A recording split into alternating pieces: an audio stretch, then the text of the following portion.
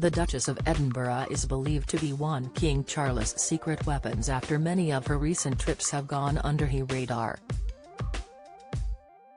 The 58-year-old has taken on more important visits in the past few years, but these have gone fairly unnoticed as publicity has fallen on more senior members of the royal family.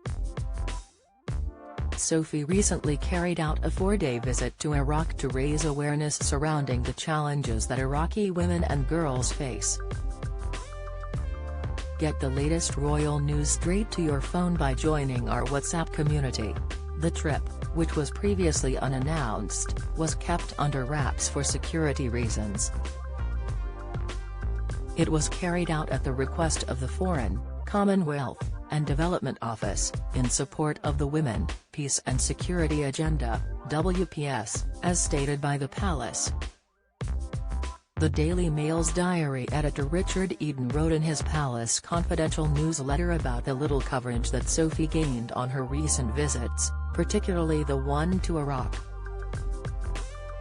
Eden wrote, "It was an important visit, but attracted very little media coverage, partly because the government didn't want to publicize it until after it had happened, for security reasons." Royal family live. Harry and Meghan celebrate Princess Lilibet's second birthday. Eden went on to point out another trip that Sophie made last year that, in turn, also received little attention. He wrote, "When Sophie became the first royal to visit South Sudan in 2020 and the first to the Democratic Republic of the Congo last year, her trips received similarly little attention."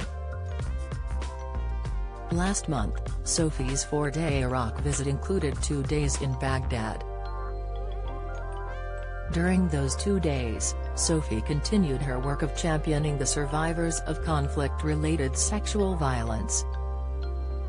King Charles breathing sigh of relief after Prince Harry and Meghan Markle's U-turn. Despite the Foreign Office typically advising against travel to the majority of provinces in Iraq, Sophie was able to spend time in a high school where she spoke to students and teachers about education for young women in the country. As well as speaking to women there about their wishes and hopes for the future ahead, Sophie also visited a family planning center in the country. Sophie was able to look into how women are supported for their reproductive health in Iraq. Sophie, who joined the royal family in 1999, isn't the only member of the firm to have visited Iraq, with the now king visiting in 2004. Charles, who was then Prince of Wales, visited military personnel in Basra. 2 years later, at the age of 85, the late Prince Philip also made a surprise visit to Basra to visit British troops.